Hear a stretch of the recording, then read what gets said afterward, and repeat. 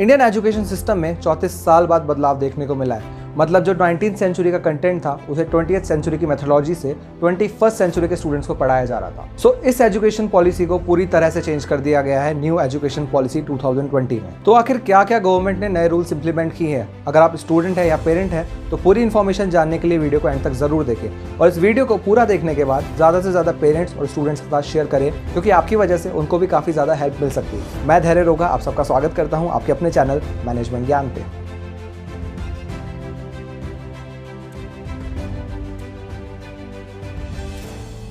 Indian education का concept output से हटके आउटकम पे आ गया है। आउटपुट क्या होता है? बेसिकली अभी तक स्टूडेंट्स अपनी पढ़ाई तो पूरी कर रहे थे लेकिन इतनी ज़्यादा वैल्यू क्रिएट नहीं कर पा रहे थे आउटकम निकालने के लिए। इस नई एजुकेशन पॉलिसी बनाने के लिए 2 लाख से ज़्यादा एक्सपर्ट्स की राय ली गई है। जो न्यू एजुकेशन पॉलिसी 2020 आई है ये इंडिया की 3rd एजुकेशन पॉलिसी है। इससे पहले 1968 में फर्स्ट पॉलिसी आई थी और 1986 में सेकंड पॉलिसी आई थी। इंडियन गवर्नमेंट ने काफ़ी टाइम से एजुकेशन सेक्टर को इग्नोर किया हुआ था, जिसे बाकी कंट्रीज ने काफ़ी ज़्यादा इंपॉर्टेंस दी हुई थी। इससे पहले इंडियन गवर्नमेंट 4.4% ऑफ जीडीपी खर्च करती थी एजुकेशन सेक्टर पे, जिसे अब 6% कर दिया गया है। इंडिया की सिचुएशन आज ऐसी है कि 10 लाख, 20 लाख, 25 लाख लगाने के बाद एक स्टूडेंट को 4 से 5 लाख का एवरेज प्लेसमेंट मिल पाता था और काफ़ी स्टूडेंट्स को जॉब ना मिल पाना, जॉब सिक्योरिटी, अंडर एम्प्लॉयमेंट की वजह से जॉब करने का मन नहीं करता था, जिससे वो गवर्नमेंट एग्जाम की प्रिपरेशन करना स्टार्ट कर देते थे। और कुछ मजबूरन स्टूडेंट्स जिन्होंने हैफ्टी अमाउंट में एजुकेशन लोन लिया हुआ है उन्हें मजबूरन अंडर एम्प्लॉयमेंट में काम करना पड़ता है ताकि उनका ईएमआई का बर्डन उन पे ना पड़े।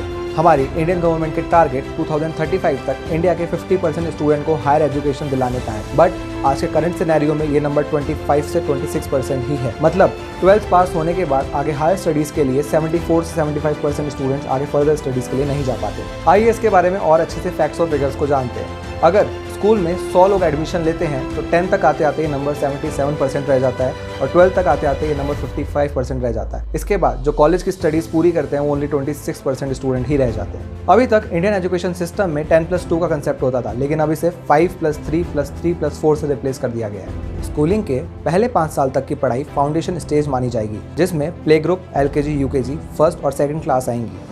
मतलब प्री प्राइमरी के 3 साल और फर्स्ट और सेकंड के 2 साल, जिसमें स्टूडेंट के बेस पे फोकस किया जाएगा और बेसिक लिटरेचर पे भी फोकस किया जाएगा। जो बुक्स का बर्डन स्टूडेंट्स पे था फर्स्ट सेकंड क्लास से ही, उनको बहुत ही ज़्यादा कम कर दिया जाएगा। फर्स्ट स्ट्रक्चर के बाद सेकंड स्ट्रक्चर में 3 क्लासों पे फोकस किया जाएगा, जिसमें 3rd, 4th और 5th क्लास पे फोकस किया जाएगा, जिसे प्रिपरेटरी स्टेज के नाम से जाना जाएगा, जिसमें उनको आगे आने वाली फ्यूचर स्टेज के लिए भी तैयार किया जाएगा, जिसमें science, math, social science, arts जैसे सब्जेक्ट होंगे। सबसे इंपॉर्टेंट चीज़ यहाँ पे ये है कि 5th क्लास तक अब इंग्लिश मैंडेटरी नहीं रहेगी। मतलब अब स्टूडेंट्स अपनी मदर लैंग्वेज में या फिर रीजनल लैंग्वेज में भी पढ़ सकेंगे। अगर आप अपने बच्चे को अपनी रीजनल लैंग्वेज जैसे संस्कृत, मराठी, पंजाबी में पढ़ाना चाहते हैं तो अब आप ऐसा कर सकेंगे। इससे अगली स्टेज में 3 साल पे फिर से फोकस किया जाएगा, यानी 6th to 8th, जिसमें अब स्टूडेंट का फोकस खाली पढ़ाई पे नहीं होगा। स्टूडेंट्स अपने स्किल्स के हिसाब से और अपने इंटरेस्ट के हिसाब से अपनी एक्स्ट्रा करिकुलर एक्टिविटीज़ में पार्टिसिपेट कर सकते हैं। और कोडिंग जिसे स्टूडेंट्स ग्रेजुएशन में जाके सीखते थे वो अब 6th क्लास से मैंडेटरी कर दिया गया है। मतलब अगर स्टूडेंट को कोडिंग में इंटरेस्ट है, सॉफ्टवेयर डेवलपमेंट में इंटरेस्ट है, तो वो 6th क्लास से इसके बारे में जान पाएंगे और सीख पाएंगे। अगर आपके चाइल्ड का सॉफ्टवेयर में, मोबाइल एप्लीकेशन डेवलपमेंट में इंटरेस्ट है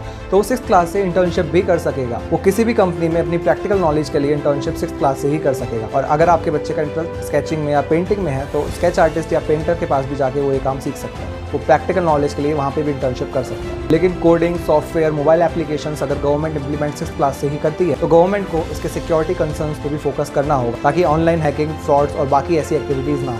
अभी तक आपने देखा होगा कि स्कूलिंग एजुकेशन सिस्टम में 90% चीज़ें थ्योरेटिकल ही होती थी।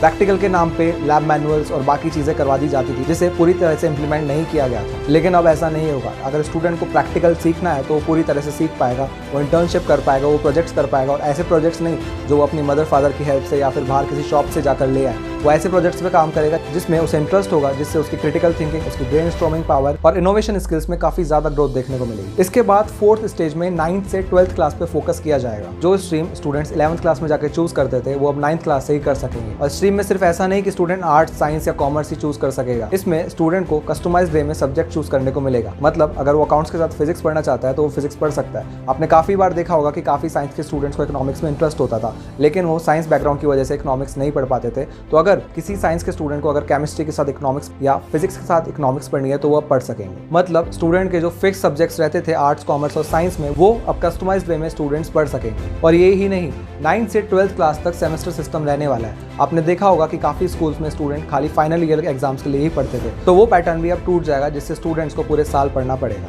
इससे काफी जगह ट्यूशंस और कोचिंग क्लास के थ्रू रट्टा लगवाने की बजाय कंसेप्चुअल लर्निंग पे फोकस किया जाएगा, जिससे स्टूडेंट्स खाली चॉकलेट पाउडर ड्रिंक पीने से ही नहीं बल्कि रियलिटी में भी अपने माइंड को डेवलप कर सकेंगे कंसेप्चुअल लर्निंग के थ्रू। और ओनली करिकुलर सब्जेक्ट्स ही नहीं, स्टूडेंट एक्स्ट्रा करिकुलर सब्जेक्ट से भी अपना मेन सब्जेक्ट चूज कर सकेंगे। मतलब किसी का music, dance, art and craft में इंटरेस्ट है तो उसे भी अपना मेन सब्जेक्ट ऑप्ट कर सकते हैं। आपने जनरली स्कूल्स में देखा होगा कि स्टूडेंट के स्कूल में 6 से 8 पीरियड लगते हैं, जिसमें से पूरे हफ्ते में उन्हें एक पीरियड ही गेम्स, आर्ट्स, म्यूजिक, डांस का मिल पाता है। लेकिन अब ऐसा नहीं होगा। स्टूडेंट्स को अगर एक्स्ट्रा करिकुलर एक्टिविटीज में ज्यादा इंटरेस्ट है तो उन एक्स्ट्रा करिकुलर एक्टिविटीज को भी उतना ही वेटेज मिलेगा जितना करिकुलर एक्टिविटीज को मिलता है।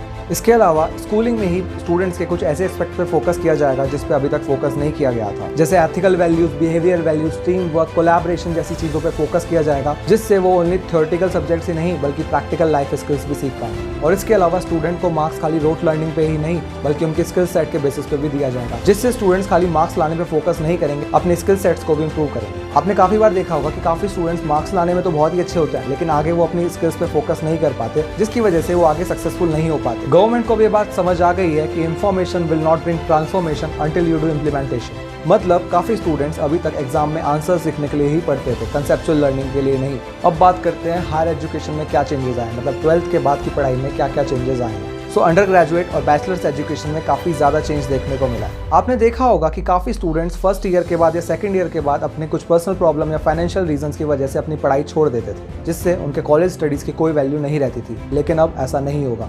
अगर कोई स्टूडेंट फर्स्ट ईयर कंप्लीट करके कॉलेज से निकलता है तो उसे सर्टिफिकेट प्रोवाइड किया जाएगा। अगर वो सेकंड ईयर कंप्लीट करके निकलता है तो उसे डिप्लोमा दिया जाएगा, और वो थर्ड ईयर कंप्लीट करके निकलता है तो उसे प्रॉपर डिग्री दी जाएगी। और थर्ड ईयर तक ही नहीं, अगर स्टूडेंट्स फोर्थ ईयर में भी अगर अपनी स्टडीज़ कंटिन्यू करना चाहते हैं तो वो आगे रिसर्च के साथ अपनी स्टडीज़ कंटिन्यू कर सकते हैं, जिसमें उन्हें डिग्री के साथ एक रिसर्च सर्टिफिकेशन भी मिलेगा। अगर इन 4 साल में स्टूडेंट को लगता है कि किसी प्रॉब्लम की वजह से, अपनी फाइनेंशियल रीजन की वजह से अगर वो अपनी स्टडीज़ में गैप लेना चाहता है, तो ऐसा नहीं है कि स्टूडेंट सेकंड ईयर की पढ़ाई कंप्लीट करके जा रहा है तो फिर से उसे 2 साल कंटिन्यू करने पड़ेंगे। अगर वो आगे 2 साल का या 3 साल का गैप लेता है तो आगे वो थर्ड ईयर से कंटिन्यू कर सकता है। इस सिस्टम को मल्टी एंट्री और मल्टी एग्जिट कहा जाता है। मतलब स्टूडेंट जिस ईयर में भी चाहे अपनी पढ़ाई डिसकंटिन्यू करके आगे फर्दर स्टडीज कर सकता है। इसके अलावा पीएचडी करने वाले स्टूडेंट्स को भी एक बड़ा बेनिफिट मिलने वाला है। पहले अगर किसी स्टूडेंट को पीएचडी करनी होती थी तो उसे 3 इयर्स की ग्रेजुएशन, उसके बाद 2 इयर्स की मास्टर्स और उसके बाद 2 इयर्स की एमफिल यानी मास्टर्स ऑफ फिलॉसफी की पढ़ाई कंप्लीट करनी होती थी। उसके बाद ही कोई भी स्टूडेंट पीएचडी के लिए ऑप्ट कर सकता था। लेकिन अब क्या होगा, जो ये एमफिल वाले 2 साल थे इसे अब रिमूव कर दिया गया। मतलब अब स्टूडेंट ग्रेजुएशन और पोस्ट ग्रेजुएशन के बाद ही पीएचडी की स्टडीज ऑप्ट कर सकेंगे। सो जो पीएचडी ऑप्ट करने के लिए मास्टर्स ऑफ फिलॉसफी की स्टडी में 2 साल एक्स्ट्रा लगते थे वो अब स्टूडेंट्स के नहीं लगेंगे। जो स्टूडेंट्स और पेरेंट्स अभी तक प्राइवेट कॉलेजेस की फीस से परेशान थे उनके लिए भी एक बहुत बड़ी खुशखबरी है। अब प्राइवेट कॉलेजेस अपने हिसाब से मनचाही हायर फीस चार्ज नहीं कर सकेंगे। गवर्नमेंट इस पे भी कोई अमाउंट फिक्स करेगी। और इसके अलावा इंडिया में डिफरेंट रेगुलेटरी बॉडीज कॉलेजेस को रेगुलेट करती थी, जैसे AICTE, UGC और भी ऐसी रेगुलेटरी बॉडीज जो कॉलेजेस को मैनेज और कंट्रोल करती थी। तो इन सब रेगुलेटरी बॉडीज को एक ही रेगुलेटरी बॉडी में मर्ज कर दिया जाएगा, जिसका नाम higher education commission of India रखा जाएगा। अब आप सब लोग सोच रहे होंगे कि इस न्यू एजुकेशन पॉलिसी का इम्प्लीमेंटेशन कब से होगा। जो इस पॉलिसी के लिए बिल तैयार किया गया है उसका नाम है नेशनल हायर एजुकेशन बिल, और ये नई एजुकेशन पॉलिसी 2021 से इम्प्लीमेंट होने वाली है। मतलब जो स्टूडेंट्स का नेक्स्ट सेशन आएगा उसी में ही एजुकेशन पॉलिसी इम्प्लीमेंट होगी। इसी के साथ ही MHRD यानी ministry of human and resource development का नाम बदल के मिनिस्ट्री ऑफ एजुकेशन कर दिया गया। कोविड-19 की सिचुएशन को देखते हुए गवर्नमेंट ने डिजिटल एजुकेशन की इंपॉर्टेंस को समझा।